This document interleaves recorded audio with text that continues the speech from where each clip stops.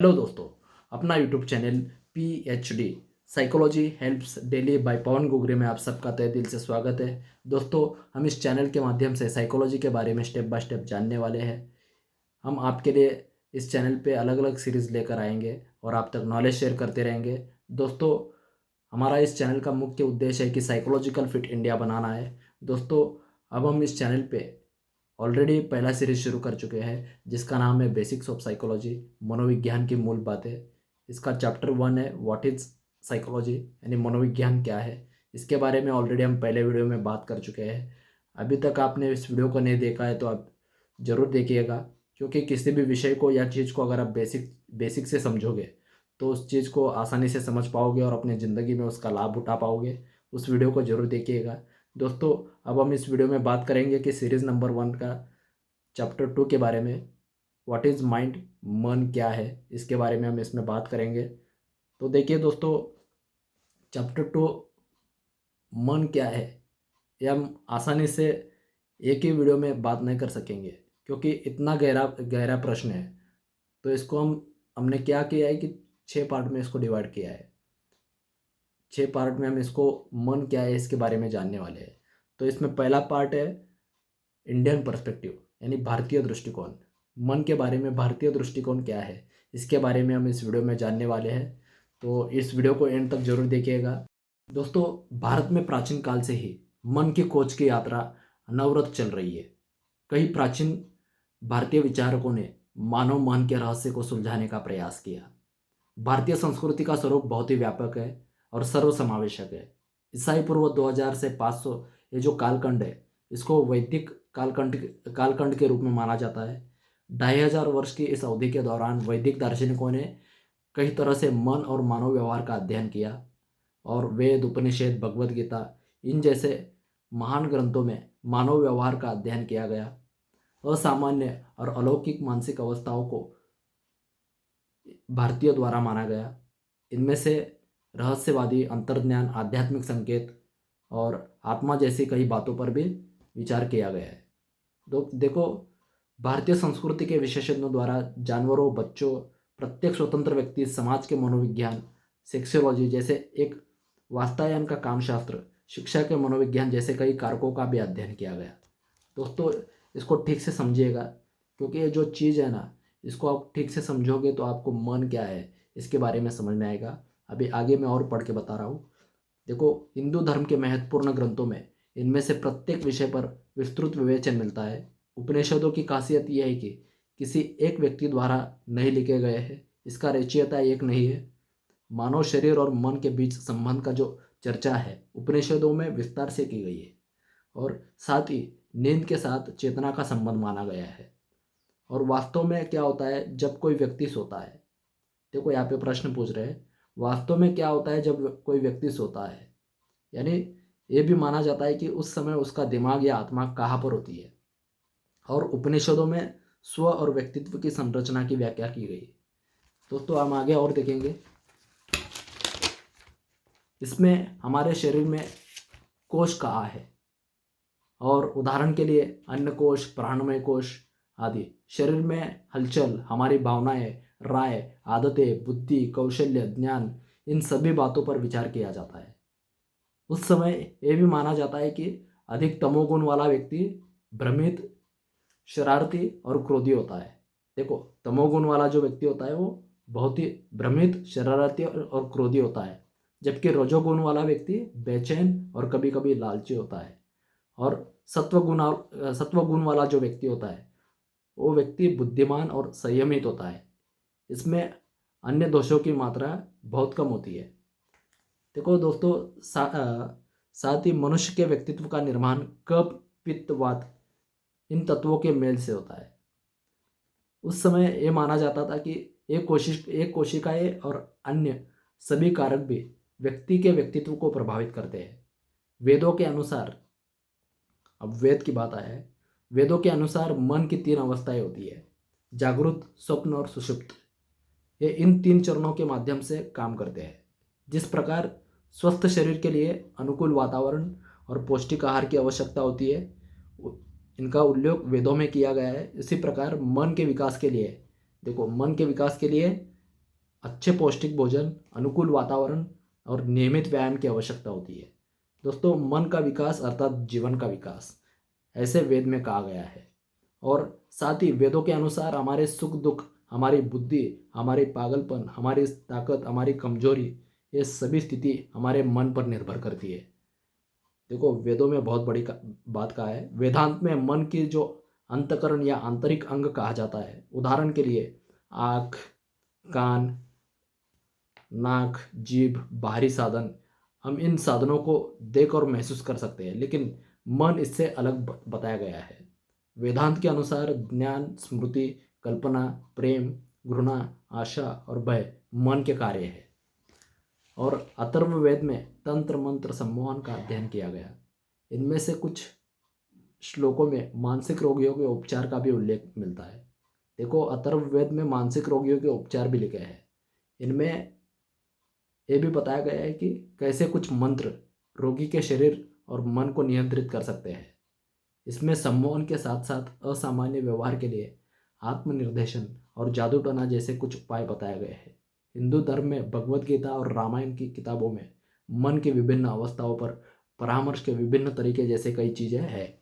और ऐसे लगता है कि मानवीय प्रेरणाओं और पर गहराई से विचार किया जाता है। देखो दोस्तों, इन ग्रंथों में यह भी अध्ययन कर सकते हैं कि व्यक्ति के व्यवहार पर रजोगुण, तमोगुण और सत्वगुण का कितना प्रभाव पड़ता है।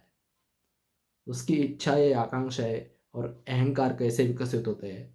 मनुष्य की अधिक समस्याएं मानसिक होती है। ये आज के दौर में बहुत बढ़ गया है, इस पे ध्यान दीजिए।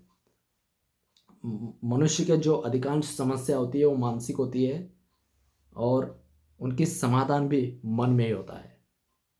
आपके समस्या भी मन में ही है और आपका समाधान भी मन में ही है। इस बात को अभी साइंटिफिकली प्रूव हो चुका है। देखो दोस्तों, अहंकार, क्रोध, लोभ, मोह, ये भावनाएं नकारात्मक होती है। और यदि ये भावनाएं किसी व्यक्ति को अत्यधिक प्रभावित करती है तो उसका व्यक्तित्व असंतुलित हो जाता है।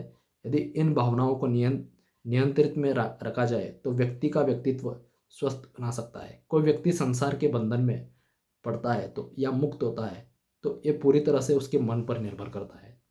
दोस्तों, ये तो उसके लिए दोबारा उठना बहुत मुश्किल है जो जिंदगी में मन से गिर गया। आयुर्वेद में प्रकृति और स्वभाव का विश्लेषण किया गया। आयुर्वेद में मनुष्य के 3 स्वभाव माने गए हैं। उन्हें मानस प्रकृति कहा जाता है। कफ, वात और पित्त। इसको ठीक से समझ ले तो किसी भी व्यक्ति का जो प्रकृति है उसका विश्लेषण किया जा सकता है। कफ प्रकृति वाले व्यक्तियों का दूसरों के साथ स्थिर संबंध होता है। ऐसे व्यक्ति बहुत ही शांत, मृदु स्वभावी और धैर्यवान होते हैं। इनकी याददाश्त बहुत अच्छी होती है और इनमें काम करने की शारीरिक क्षमता भी अच्छी होती है। कफ प्रकृति का व्यक्ति लोगों की मित्रता या शत्रुता दोनों चीज़ें लंबे समय तक टिके रहते हैं और बने रहते हैं। कफ प्रकृति वाले व्यक्ति दयालु और प्यारे होते हैं। उदाहरण के तौर पर स्वामी विवेकानंद इसी समूह में आते हैं। और वात प्रकृति के व्यक्ति मानसिक रूप से बहुत ही अस्थिर होते हैं। अगर इसका उदाहरण बताया जाए तो हिटलर को हम वात प्रकृति का उदाहरण बता सकते हैं। कई कलाकार भी इसी स्थिति में आते हैं और इन लोगों को गाना बजाना, संगीत पसंद होते हैं। और ऐसे लोग जीवन में मौज मस्ती करने वाले होते हैं और उनमें अचानक से ही प्रेम उत्पन्न हो सकता है और घृणा उत्पन्न हो सकती है। संक्षेप में, वात प्रकृति के व्यक्ति अविश्वसनीय होते हैं। ऐसे व्यक्ति किसी के भी प्यार में जल्दी पड़ जाते हैं और इन्हें गुस्सा भी जल्दी आता है। और उनका गुस्सा या द्वेष कुछ थोड़े समय या क्षणिक होती है और कभी कभी उनमें स्वभाव में क्रूरता भी होती है। पित्त प्रकृति के लोग बहुत ही बुद्धिमान होते हैं। कई वैज्ञानिक भी इसी समुदाय में आते हैं और इनसे भूख सहन नहीं होती। ऐसे व्यक्ति की कार्य करने की शारीरिक क्षमता अपेक्षाकृत कम होती है, लेकिन उनकी मानसिक क्षमता बहुत ही अच्छी होती है। ऐसे व्यक्ति प्रतिभाशाली होते हैं। चिड़चिड़े स्वभाव के कारण इनके कम मित्र होते हैं। तेज दिमाग वाले लोग पित्त प्रकृति के लोग होते हैं। ये लोग जल्दी गंजे हो जाते हैं। इनका पाचन क्रिया अच्छा होता है। उदाहरण के तौर पर लोकमान्य तिलक पित्त प्रकृति के थे। हमारे शरीर में तम, रजस और सत्व ये 3 गुण होते हैं। दोस्तों देखो, हमारे इस शरीर में तमस, रजस और सत्व, ये 3 गुण होते हैं। लेकिन फिर भी जो गुण हमारे शरीर में अधिक समय तक सक्रिय रहते हैं, उसका प्रभाव हम पर अधिक होता है। तमोगुण वाले लोग कभी कम मेहनती, आलसी और हर समय नींद में रहने वाले होते हैं। उनमें डिप्रेशन के लक्षण भी दिखते हैं। रजोगुण में अहंकार अधिक होता है। रजोगुण में अहंकार अधिक होता है। मुझे चाहिए, मेरे पास चाहिए, ऐसा चाहत इनमें होता है। इनमें मैं बहुत प्रगाढ़ तीव्र होता है। रजोगुण वाले लोग अक्सर झगड़ालू होते हैं। सत्व यानी शांत, कार्य में मग्न, मेहनती, चौकस व्यक्तित्व होते हैं। वे शांत रहते हैं क्योंकि वे सच्चाई जानते हैं। ऐसे लोगों को भी किसी भी चीज़ को पाने की मोह नहीं होता। उदाहरण के तौर पर बताए तो महाराष्ट्र के एक संत हुए थे जिनका नाम है संत ज्ञानेश्वर। इन्होंने समाधि ली थी क्योंकि वो उस समाधि की अवस्था में थे, इसीलिए उन्होंने इच्छा से शांत भावनाओं के साथ निर्णय लिया था। दोस्तों, आगे और भी संतों के बारे में हम जानते हैं। बहुत ही बड़े संत पतंजलि ने अपने योग सूत्र में मनोविज्ञान पर बहुत गहराई से विचार किया। पतंजलि का लेखन ईस्वी पूर्व 5वीं शताब्दी का है। पतंजलि एक मान वैज्ञानिक दृष्टिकोण वाले योगी थे। किसी भी बात पर आंख मूंद कर विश्वास मत करो, चिकित्सा करो। पतंजलि हर चीज़ को इसी वैज्ञानिक दृष्टिकोण से मानते हैं। और यदि आप मन को समझना चाहते हैं तो आपको पतंजलि के योग को समझना पड़ेगा। देखो दोस्तों, इस पतंजलि योग को अगर समझोगे तो आपको मन को समझने को कठिनाई नहीं होगी। आप आसान तरीके से मन के बारे में समझ पाओगे। योग विश्वास करने के लिए नहीं बल्कि अनुभव करने के लिए कहता है। देखो, बहुत बड़ी बात है ये। योग विश्वास करने के लिए नहीं बल्कि अनुभव करने के लिए बताता है। योग का अर्थ है मनुष्य के निर्गुण निराकार की अवस्था में होना। संक्षेप में बात करें तो मन में कोई विचार नहीं होना, मैं और मेरा ही सीमित सोच खत्म हो जाना और मन में शांति पैदा हो जाना। जब कोई व्यक्ति दोस्तों, जब कोई व्यक्ति निस्वार्थ कर्म करता है, किसी कला में रम जाता है, उस स्थिति को अम्लीय अवस्था कहा जाता है। प्रकृति और मानव शरीर, ये सब कुछ रजस, तमस और सत्व गुणों से बना है। और इन्हीं 3 गुणों से व्यक्ति के शरीर और मन यानी शारीरिक और मानसिक गुणों का निर्धारण होता है। इन तीनों गुणों का अनुपात कम होने पर व्यक्ति के मन और शरीर दोनों पर प्रभाव पड़ता है और तुरंत दिखाई पड़ता है। पतंजलि ने कहा है कि बदली हुई बाहरी परिस्थिति और पिछली घटनाओं और चिंताओं के कारण लोग दुखी महसूस करते हैं। देखो, लोग दुखी क्यों महसूस करते हैं, पतंजलि ने बहुत अच्छी तरीके से बताया है। पतंजलि ने कहा है कि बदली हुई बाहरी परिस्थितियों, पिछली घटनाओं और चिंताओं के कारण लोग दुखी महसूस करते हैं। पतंजलि ने मन की 5 प्रकृतियां उल्लेख किया है। ये 5 भाव दुख का कारण बन सकते हैं, यानी व्यक्ति को दुख से मुक्त भी कर सकते हैं। ये 5 ऐसे भाव हैं जो व्यक्ति को दुख से मुक्त भी कर सकते हैं और व्यक्ति को दुखी भी कर सकते हैं। ये 5 भाव है, पहला है सम्यक ज्ञान, और दूसरा है मिथ्या ज्ञान, और तीसरा है कल्पना शक्ति, और चौथा है निद्रा यानी नींद, और 5वां है स्मृति। ये 5 भाव दुख का कारण भी बन सकते हैं या व्यक्ति के दुख का कारण भी बन सकते हैं। मन की स्वतंत्रता और गुलामी दोनों इस बात पर निर्भर है कि मन का उपयोग कैसे करते हैं। देखो दोस्तों, मन की जो स्वतंत्रता और गुलामी है वो इस बात पर निर्भर है कि मन का हम कैसे उपयोग करते हैं। यदि हम पतंजलि के मन की 5 वृत्तियों को समझ ले तो हम पतंजलि के मन के विचारों को समझ सकते हैं। मन एक साधन, उपकरण है, मशीन जैसा है। समझ इसे अगर समझाए, मन एक साधन है, जैसे कि हमें तय करना है कि उन्हें कितनी सत्ता देनी है। और पतंजलि का कहना है कि भोजन, शरीर की स्थिति, सोने जागने का पैटर्न, सुबह उठने का समय, सोने का समय, और आपकी सांसें आपकी शरीर और आपका व्यक्तित्व का प्रभावित करती है। ये सभी चीज़ें जो है आपके व्यक्तित्व को प्रभावित करती है, ऐसे पतंजलि कहते हैं। और पतंजलि ने सोचा है कि कैसे मन और शरीर की पीड़ा, तकलीफ, दुख, इनको भी कम किया जा सकता है। उन्होंने स्वस्थ व्यक्तित्व के लिए ध्यान और प्राणायाम, इनको महत्व दिया। और योग में कहा गया है कि मन एक क्रिया, यानी अंततः पतंजलि के अनुसार योग का अर्थ है समर्पण। और जैन शब्द भी योग के ध्यान शब्द से लिया गया है। और बौद्ध धर्म ने चीन में ध्यान के विचार को लोकप्रिय बनाया, फिर पाली भाषा में वो जान लोक हो गया, और चीन में चान बन गया, और जापान में जैन बन गया। देखो दोस्तों, उपनिषदों और पतंजलि के साथ साथ चारवाक, महावीर, गौतम बुद्ध, इनकी विचारधाराओं ने उस समय के मानव जीवन को प्रभावित किया। अगर हम गौतम बुद्ध के बारे में बात करें तो गौतम बुद्ध का दर्शन मन और शरीर के ध्यान में रखकर किया गया, और इसमें वे दुख, दर्द और मृत्यु के बारे में बताते हैं। वे ये भी बताते हैं कि अपनी इच्छाओं और भावनाओं को कैसे नियंत्रित किया जाए। दोस्तों, बुद्ध की एक कहानी है। इस कहानी के माध्यम से हम अच्छी तरीके से समझ पाएंगे कि मन की स्थिति कैसे होती है। दोस्तों, आप इस कहानी को अच्छी तरीके से समझ पाओगे तो आपको मन की स्थिति कैसी होती है इसके बारे में आप समझ पाओगे। ये कहानी ऐसी है, गौतम बुद्ध एक बार अपने शिष्य के साथ यात्रा कर रहे थे। उन्हें प्यास लगी थी और उन्होंने अपने शिष्य से कहा कि जिस रास्ते से हम आए थे वहाँ से 2-3 मील पीछे एक छोटी सी धारा है, वहाँ से पानी लेकर आओ। शिष्य उस धारा के पास पहुँचा और जैसे ही धारा से पानी लाने लगा तो देखा वहाँ से कुछ बैलगाड़ियाँ गुजरने के कारण धारा का पानी मटमैला हो गया था। पूरा नीचे सारी गंदगी और मैल ऊपर आ गई थी और पानी पीने लायक नहीं था। शिष्य ने उस पानी को साफ करने की कोशिश की, लेकिन ये और भी अधिक गंदा और मैला हो गया। इसीलिए वो पानी लिए बिना ही वापस लौट आया। उसने लौटकर बुद्ध को धारा के मैल पानी के बारे में बताया और ये भी बताया कि आगे एक नदी है, मैं उसका पानी लाऊंगा। लेकिन बुद्ध ने कहा, मुझे उसी जलधारा की पानी चाहिए, तुम वापस जाओ और वो पानी लेकर आओ।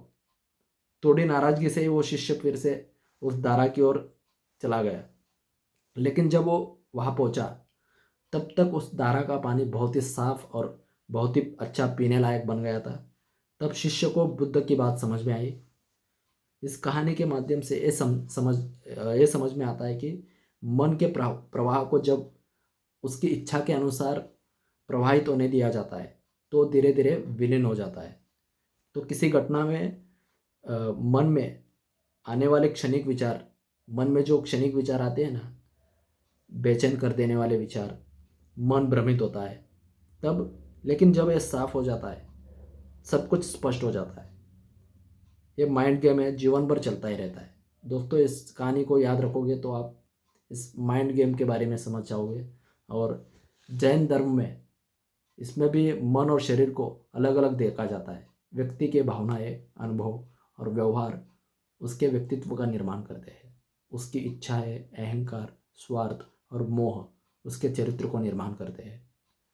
ये अनेकता से बना हुआ जग एक दूसरे पर आश्रित मानते हुए कहा जाता है कि ब्रह्मांड से जगत की उत्पत्ति, जगत यानी पूरा ब्रह्मांड कहा गया है।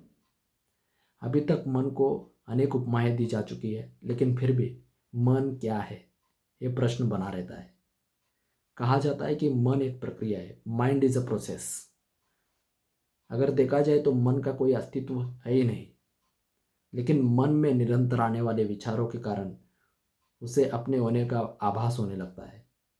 मन केवल धारणा है। मन को चेतना की विचलित अवस्था के रूप में भी परिभाषित किया जा सकता है। कुछ लोगों का ये भी मानना है कि मन यानी व्यक्तित्व का अतीत, यादें, संग्रहित अनुभव, विचार, इच्छाएं, सपने, हमारे सभी अतीत। मन जब किसी चीज को देखता है तो वो उसके साथ अपनी दृष्टिकोण और कल्पनाओं को मिलाकर देखता है, अर्थात मन की विकृति उत्पन्न करता है। इसलिए कुछ विद्वानों का कहना है कि हम किसी भी वस्तु को पूर्णतः वस्तुनिष्ठ होकर नहीं देख सकते। प्रख्यात भारतीय दार्शनिक स्वामी विवेकानंद, इन्होंने कई स्थानों पर मन इस विषय पर व्याख्यान किया है। अमेरिका में सैन फ्रांसिस्को यहाँ 16 मार्च 1900 के दिन उन्होंने व्याख्यान में कहा कि आंतरिक दुनिया का हो या बाहरी दुनिया का हो, ज्ञान केवल मन की एकाग्रता से ही प्राप्त होता है। और एक व्यक्ति का मन दूसरे व्यक्ति की तुलना में अधिक एकाग्र है तो वो व्यक्ति अधिक ज्ञान प्राप्त कर सकता है। दोस्तों, और योग शास्त्र में मन को एकाग्र करने की शक्ति है।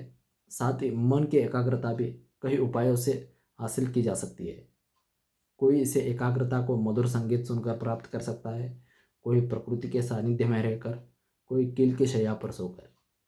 इस मन को एकाग्र कैसे करें, ये प्रश्न है। इस मन को एकाग्र कैसे करें? तो मन जितना शुद्ध होता है उसके लिए संयमित होना आसान होता है। और मन की शुद्धि के लिए योग में ये नियम है कि हमारा आचरण भी शुद्ध होना चाहिए। मन से द्वेष निकाल देना चाहिए। मन को समझने के लिए ध्यान और प्राणायाम करना चाहिए। स्वामी विवेकानंद जी कहते हैं कि किसी भी समाज में लोग पूरी तरह से गुणी या दुराचारी नहीं होते। जिसका जैसे संस्कार मिले हैं वैसे ही वो बन जाते हैं। इसलिए हमारा कर्तव्य है कि खुद को और समाज को निरंतर सुसंस्कृतिक सभ्य बनाएं। आपका अहंकार, आपकी इच्छा है, आपकी आशा है, आपका दर्शन और आपका धर्म आपको बनाते हैं। मन कोई पदार्थ नहीं बल्कि शरीर का एक अति सूक्ष्म भाग है। मन के विषय में एक कहानी प्रसिद्ध है। जब एक भारतीय योगी चीन गए थे तो चीन के तत्कालीन सम्राट उससे मिलने आए और कहा कि मैं बहुत परेशान हूँ, आप एक महान संत हैं, कृपया मुझे मन को शांत करने के लिए कोई उपाय बताएं। योगी ने कहा, अच्छा, अपने मन को लेकर तुम कल आना। सम्राट पूरी रात सो नहीं सका। सुबह वो योगी के पास गया तो उन्होंने कहा, क्या तुम आए हो? तुम्हारा मन कहाँ है? सम्राट ने कहा, मुझे समझ में नहीं आ रहा है कि तुम क्या कह रहे हो। अगर मैं यहाँ हूँ तो मेरा मन भी यहीं पे है।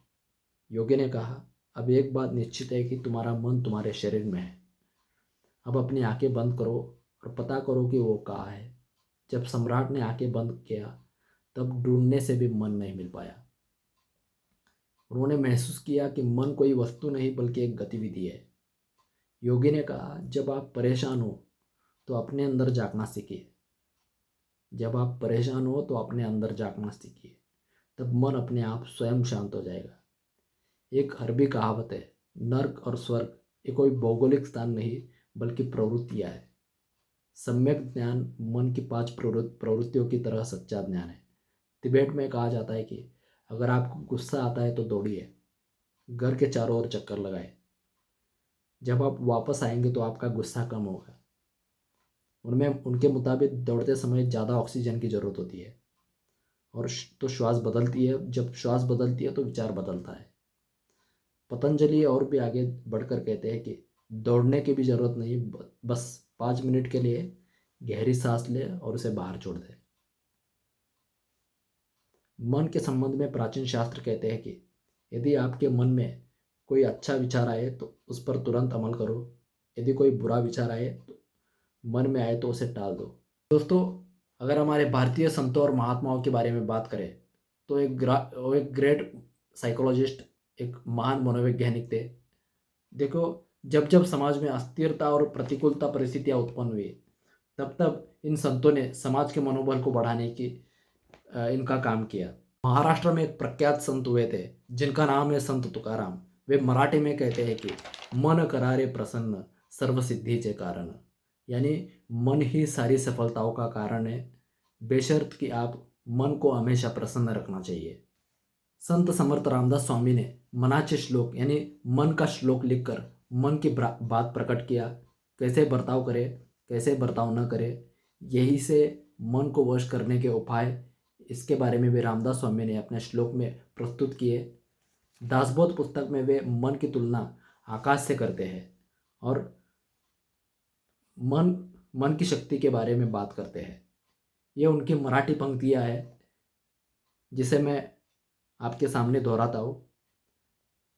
कल्पनेची सृष्टी झाली, त्रिविध प्रकारे भासली, तीक्ष्ण बुद्धीने आणली पाहिजे मना।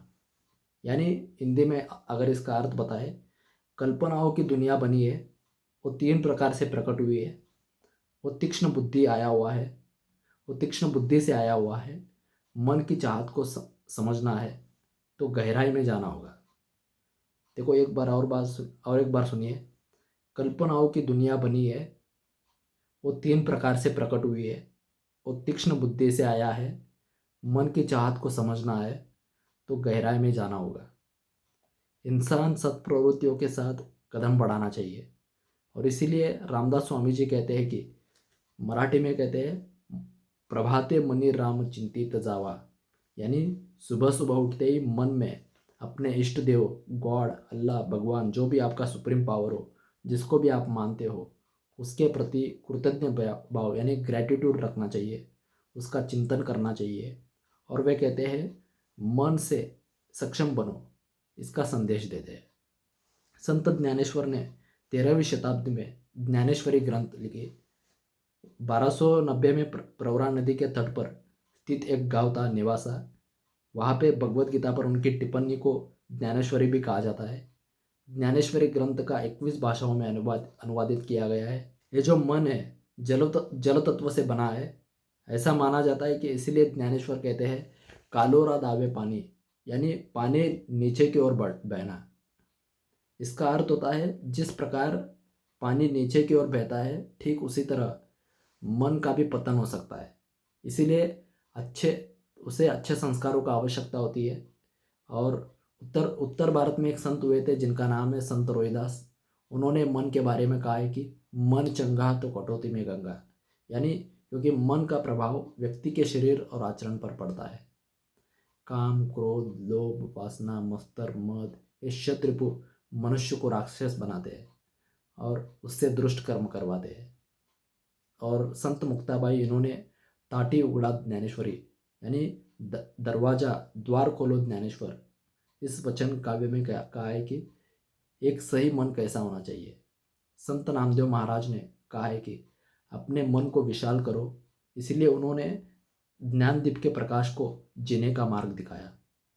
और संत चोकामेला इनको कहते हैं, मराठी में अभंग है उनका, उस डोंगा परी रस नोवे डोंगा, काय बुरीलासी वरेली रंगा। यानी ऊपर से दिखने वाला गन्ना टेढ़ा मेढ़ा हो सकता है, लेकिन उस गन्ने का रस मीठा होता है। इसको अगर इंग्लिश में एक कहा जाए, उसका एक कोट्स है, डोंट जज बुक बाय कवर।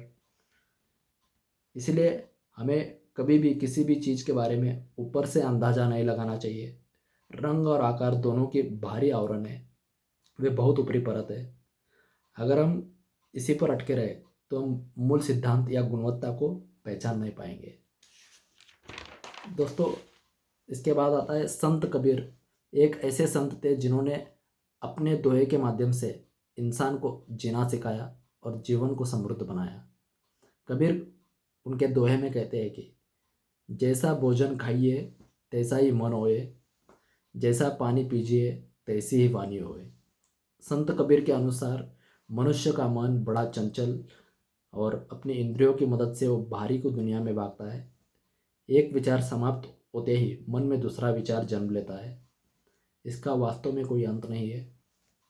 कबीर कहते हैं, ऐसी वाणी बोलिए मन का आप कोय, औरन को शीतल करे आपू ही शीतल होए। कबीर मन पंछी पय होते बाहर जाए, जो जैसी संगत करे सो तैसी पल पाए। खानदेश की सुप्रसिद्ध कवियत्री बहनाबाई चौधरी ने मन का बहुत ही चतुराई से वर्णन किया। आप अपने मन से अवंचित विचारों को निकालने की कितनी भी कोशिश कर ले, वे बार बार उन्हीं विचारों से वापस आते हैं।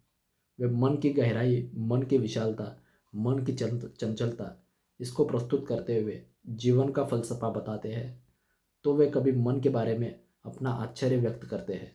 वे कहते हैं मन के बारे में, वे मराठी में उनकी कविता है, उसमें वो कहते हैं, मन वडाय वडाय उभ्या पिका तल्लडोर, किती हाकला हाकला फिरी येते पिकावर, मन पाकरू पाकरू त्याची काय सांगू बात, आता होतं भुईवर गेलं गेलं आप यात, मन लहरी लहरी त्याले आती दरी कोण, उंडारलं उंडारलं जसं वारा वाहदाना, मन जहरी जहरी त्याचे न्यार रे तंतर, अरे इच्छू साप बरा त्याले उतारे मंतर, मन एवढं एवढं जसं काकसाचा दाना, मन केवढं केड मन केवढं केवढं आभायात बी मावेना, देव असं कसं मन असं कसं रे घडलं, कुठे जागेपणी तुले असं सपन पडलं। यानी हिंदी में इसका अर्थ होता है, मन की उपमा फसल के ऊपर बैठने वाले कीड़े के साथ की है। उसे कितना भी भगाए फिर भी वो आकर फसल पर आकर बैठता है। और उसके बाद वो कहते हैं मन पक्षी जैसा है, उसके बारे में क्या कहे। अभी कुछ वक्त पहले ज़मीन पर था, अभी आकाश में उड़ गया। और वो कहते हैं मन की जो लहर की तरह है, उसे हाथ से कौन पकड़ सकता है। मन ऐसा उड़ता है जैसा हवा उड़ता है। और वो कहते हैं मन बिच्छू और सांप से भी जहरीला है। बिच्छू और सांप को तो हम कुछ उपाय कर सकते हैं, मन का उपाय कैसे करें, वे अपनी कविता में कहते हैं। और कभी मन इतना छोटा बन जाता है कि जितना सरसों के बीज होते हैं, तो मन कभी इतना बड़ा बन जाता है कि आकाश भी कम पड़ जाता है। वे भगवान से पूछते हैं, भगवान ये ऐसे कैसा मन है, ये ऐसे कैसे हुआ, जब आप जागे थे तब कोई ऐसा सपना देखा था क्या। दोस्तों, अब हम बात करेंगे 12वीं शताब्दी में दक्षिण भारत कर्नाटक में एक बहुत बड़े संत समाज सुधारक हुए थे, जिनका नाम है महात्मा बसवन्ना। इन्होंने अपने वचन साहित्य में, यानी वचन साहित्य के माध्यम से व्यक्ति, समाज और मानवीय जीवन इनके बारे में प्रकट किया। इनका एक कन्नड़ वचन है मन के बारे में, जो ऐसा है, जो 12वीं शताब्दी का कन्नड़ है। इसको मैं आपके सामने दोहराता हूँ। ಜಗವ ಸುತ್ತಿದು ಎಲ್ಲ ನಿನ್ನ ಮಾಯವಯ್ಯ, ನಿನ್ನ ಸುತ್ತಿಯದು ಎಲ್ಲ ಎನ್ನ ಮನವಯ್ಯ, ಜಗಕ್ಕೆ ಬಲ್ಲಿದ ನೀನು ನಿನಗೆ ಬಲ್ಲಿದ ನಾನು, ಮೂರು ಜಗ ನಿನ್ನೊಳಗೆ ನೀನು ಎನ್ನೊಳಗೆ, ಕರಿಯೋ ಕನ್ನಡಿಯಲ್ಲಿ ಅಡಗಿದ ತಯ್ಯ, ಎನ್ನೊಳಗೆ ನೀನು ಅಡಗಿದೆ ಕೂಡಲ संगम देवा। तेरी माया में, हिंदी में अर्थ बता रहा हूँ, तेरी माया में लिपटा है सारा संसार, ये सारी दुनिया, लेकिन मेरा मन तुम्हारे अंदर लिपटा है, जैसे एक छोटे से आरक्षित प्रतिबिंब रूप में होता है। तुम दुनिया को जानते हो लेकिन मैं आपके माया को जानता हूँ। तीनों जग दुनिया में तुम्हारे अंदर है, मेरे मन में आप हो। इस वचन से महात्मा बसवन्ना हमें संदेश देते हैं कि इस विश्व में दो ही सत्य है। पहला मेरी चेतना का अस्तित्व, और दूसरा है मेरे अलावा जो कुछ भी है उसकी चेतना का अस्तित्व। इसे अगर हम बसव तत्व में कहा जाए, पहला संगमनाथ निज सत्य है और दूसरा है जंगम सत्य। इन दोनों सत्य को आपस में जोड़ने वाला तीसरा सत्य है, यानी लिंग, यानी विश्वव्यापी मन। इसे यूनिवर्सल माइंड कहते हैं। दोस्तों, ये था मेरे स्टडी के अनुसार भारतीय दृष्टिकोण। वीडियो अच्छा लगा तो लाइक करिए, और आप भी कमेंट करके ज़रूर बताइए कि आपके स्टडी के अनुसार मन क्या है। और ये वीडियो उन लोगों तक ज़रूर पहुंचाइए जो साइकोलॉजी के बारे में, माइंड के बारे में या स्पिरिचुअलिटी के बारे में जानना पसंद करते हैं, और उनको ज़रूर उन तक पहुंचाइए। Thank you so much. आज इस वीडियो पे यही रुकते हैं, और फिर दोबारा मिलते हैं अगले पार्ट में। तब तक thank you so much. Bye bye, take care.